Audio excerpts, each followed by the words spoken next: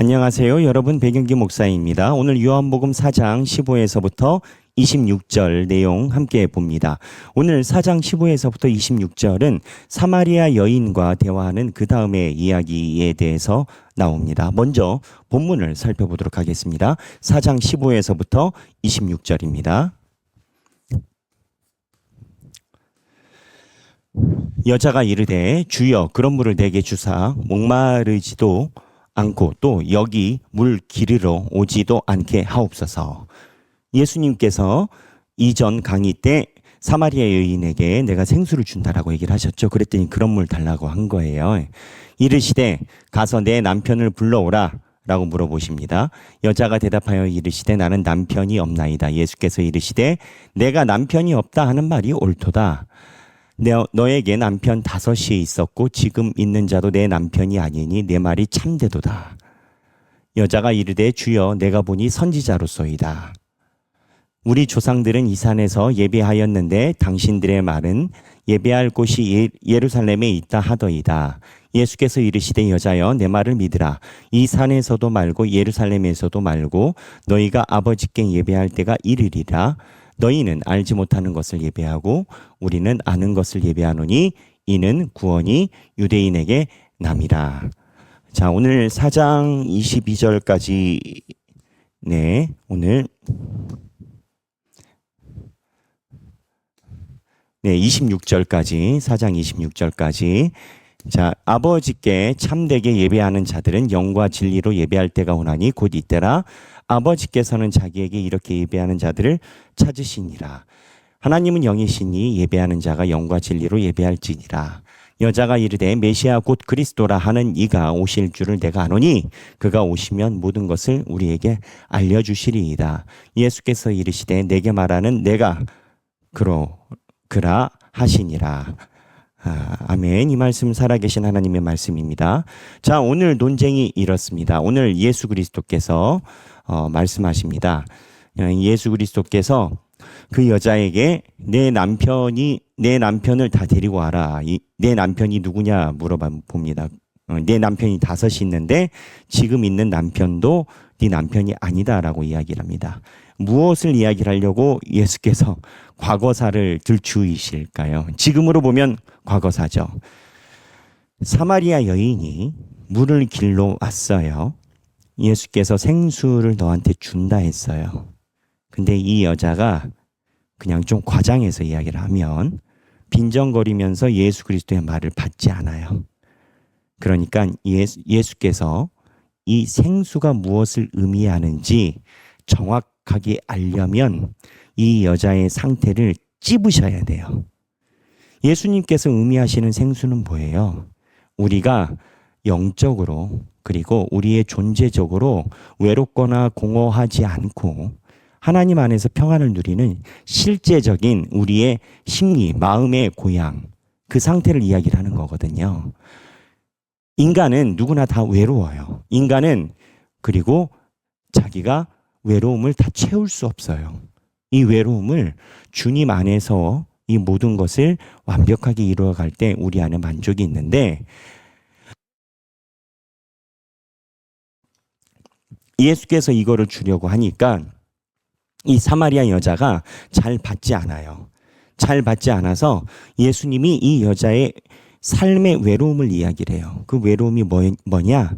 남자가 5이 있었대요. 근데 지금 있는 남자도 네 남편이 아니래요. 진짜 남편이었는가 아니었는가 그게 중요한 게 아닙니다. 지금 이 여자의 인생이 무언가 외로움을 채워가는데 수없이 많은 남자들에게 의지했었다라는 거예요.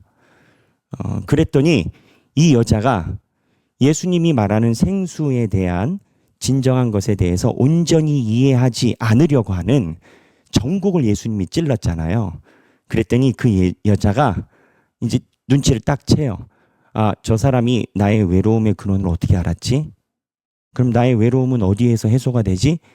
그러니까 외로움이 해소가 되고 외로움을 어디에서 이 문제 해결을 봐야 되는데 내가 문제 해결을 보고 싶은데 공식은 이거예요. 본인이 외롭고 힘들고 하면 하나님 찾고 하나님 예배드리면 된다. 이걸 이야기를 하는 거예요.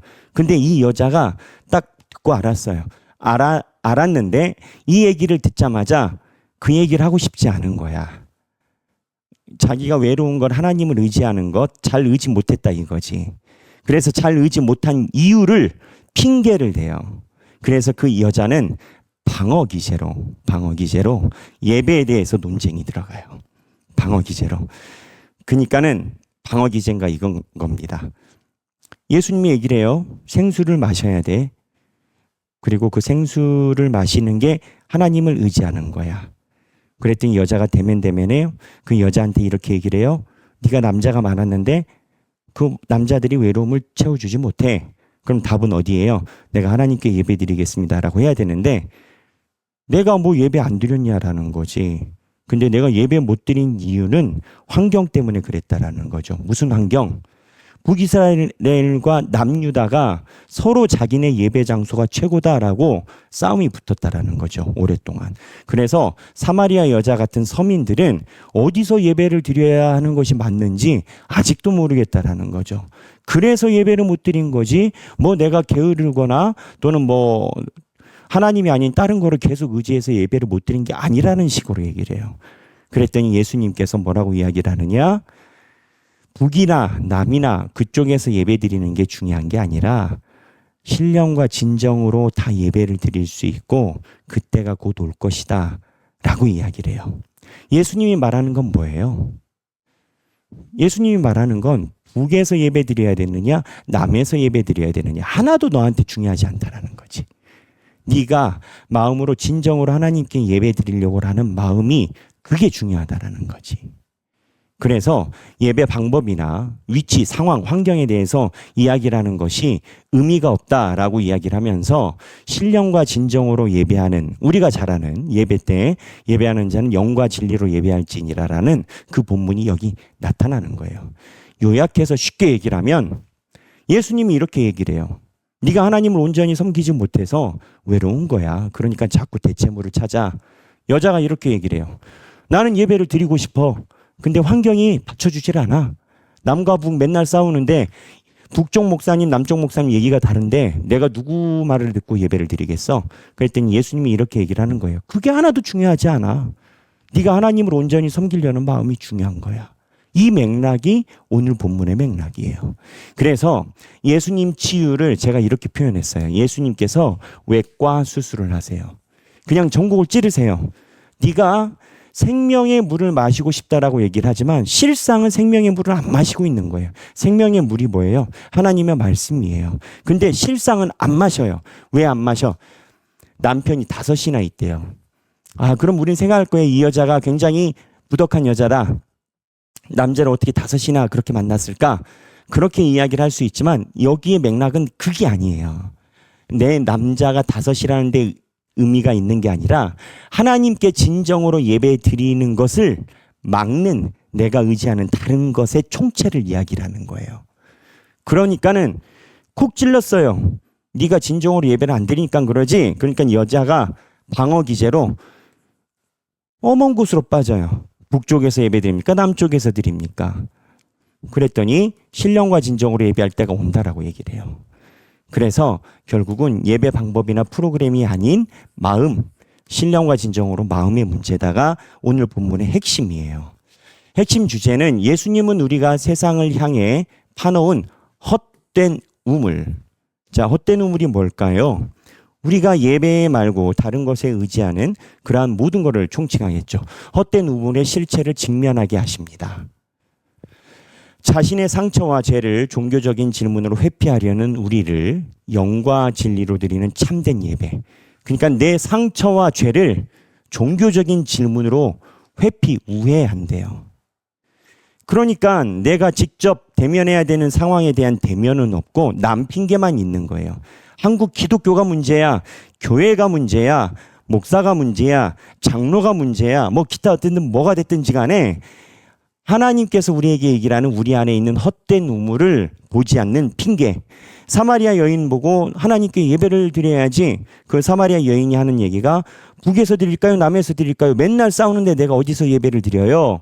그거랑 똑같은 건 거예요. 참된 예배의 자리를 이끄시고 마침내 구원자이신 그리스도 자신을 만나게 하시는 것. 이게 이제 오늘 본문의 주 핵심 포인트예요.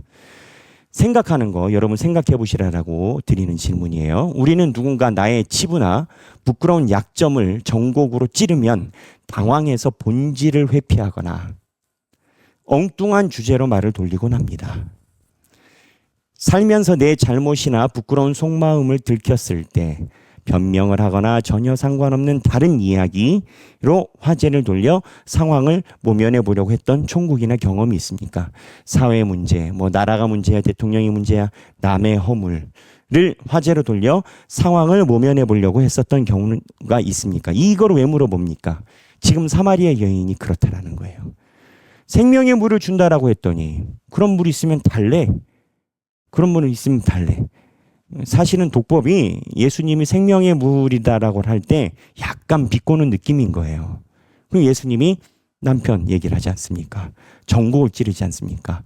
다섯 남편은 무엇입니까? 여인이 마음의 공허함을 채우기 위해 5명의 남편을 거쳤던 것처럼 내가 참된 생수이신 예수님 대신 내 영혼의 갈증과 불안을 채우기 위해 쉼없이 집착하며 파고 있는 헛된 우물, 돈, 성취, 자녀, 타인의 인정, 인간관계 등은 무엇입니까?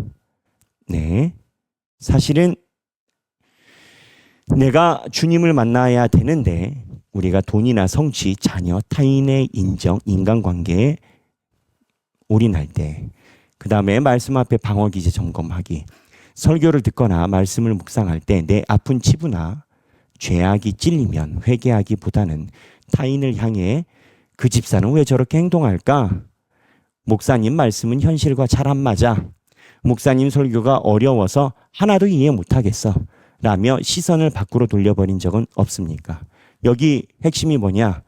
죄악이 찔리면 회개하기보다는 다른 비판으로 간다라는 거죠. 내 안에 죄악을 대면하지 않으려고 작동시키는 나만의 종교적 방어기제는 무엇입니까? 지금은 좀 없는 것 같아요. 지금은 우리 교회 없죠. 그런 없죠. 처음에 3년 전에 우리 교회를 설립했을 때 지금 여러분이 하는 말씀 훈련 같은 이런 훈련을 익숙하지 않았어요. 이 말씀 훈련은 저희 하길교회가 개발한 신앙의 프로그램이에요. 그래서 주일날 주중에 말씀 훈련 본 거를 같이 나누고자 했을 때 목장에서 어떤 이야기가 수없이 많이 보고가 됐었냐면, 목자가 같이 주중에 나눔을 해보자라고 하면 하는 얘기가 개척 초반인데도 불구하고 나는 그 말씀 훈련 안 하고 뭐 온누리교회 성경 통독 읽기 거기에 들어가 있다고. 그래서 그거를 읽는다고. 뭐 꼭 말씀이 거기에만 있어야만 되냐고. 뭐 이런 이야기가 많이 있었어요. 근데 그 핵심은 뭐냐면 나는 교회에서 하는 프로그램을 안 따라가고 있다라는 거거든요. 근데 나는 다른 프로그램을 하고 있다 해서 끝나는 게 아니라 거기에서 하나 더 나가서 꼭 교회에서만 해야 되는 프로그램이냐, 그것만 좋은 프로그램이냐라고 자기 정당화가 이제 시작이 되죠. 일반 기성교회가 그렇게 돼요. 그렇게 되면 어떻게 되냐면 교회에서 하는 프로그램에 대해서 평가절하가 들어가고 마치 개인적으로 하는 사람들이 신앙적으로 무언가 열심히 사는 것처럼 보이는 모습을 보이곤 하죠. 그때 개척 초반에 한 얘기가 외부에서 하는 것은 성도들이 교회에서 하는 것을 먼저 하고 그 다음에 본인이 시간이 되시면 외부에 하는 것을 뭐라고 할 수는 없는 거지만, 아니 자기 모교회에서 섬기는 프로그램 그것도 성경을 보자는데 성경을 보지 않고 자기가 무언가 다른 것을 보는 것이 진정한 신앙인처럼 이야기를 하는 건 잘못된 거다라고 제가 이야기를 했어요. 꼭 하길교회여서가 아니에요. 여러분들이 어느 교회를 섬기든지 간에 모교회라고 표현되는 나의 고향이 되는 그 교회에서 하는 프로그램을 다 따라갈 마음을 먹어야 되고, 그 교회에서 따라갈 마음을 먹지 못한다면 그 교회에서 신앙이 절대 크지 않아요. 마치 아이들이 젤리 좋아한다고 맨날 젤리 먹으면 키가 크겠습니까? 그것처럼 좀 거칠고 그래도 교회에서 하는 프로그램에 따라가면서 그 다음에 이 신앙의 과정을 차곡차곡 하는 게 진정한 신앙의 성장되는 것 아니겠습니까? 이 얘기를 하는 거는 이 방어 기제라는 게 핑계대기예요. 내가 안 하고 안 하면 못했다 하면 될 거 아니에요. 근데 이번 주에 바빠서 못했다를 못하고 핑계대기가 시작이 되면 그때부터 이제 방어 기제라는 거죠. 마찬가지예요. 지금 여기에서 나왔던 것도 사마리아 여인이 예수님께서 네가 본질적으로 대면해야 되는 건 너의 외로움의 발산이다 라고 이야기를 할 때 이거를 핑계를 대고 그거를 발산하려고 그거를 채우려고 해도 예배를 어디 가서 해야 되는지 혼동스러워서 예배를 못하겠어 라고 말꼬리를 바꿔버리는 겁니다. 사마리아 여인뿐만 아니라 지금 신앙생활하고 있는 모든 한국인들 전 세계 포함이겠습니다. 역사 다 포함이겠습니다. 모든 인류에는 내가 예수님의 말씀에 의해서 전국을 찔렸을 때 그거에 대해서 대면하기보다는 자기의 변명, 핑계를 대는 본능이 먼저 나와요. 그거에 대해서 오늘 본문이 이야기를 하는 겁니다. 오늘 내용이 사마리아 여인에 대한 이야기인데 보통 이 여인이 남자가 5이 있다라는 부분에서 사람들이 생각이 멈춰요. 그거는 오히려 성경을 본 뜻을 이해를 하는데 방해물입니다. 남자가 5 있는 게 중요한 게 아니라 이 여자는 평생 동안 마음 둘 곳 없이 살았고 하나님께 마음 두라 했더니 핑계댔고 그거를 예수님이 지적하신 그 내용인 겁니다. 오늘 4장 15회에서부터 26절 보시고 행복한 성경 읽기 되시길 바랍니다. 감사합니다.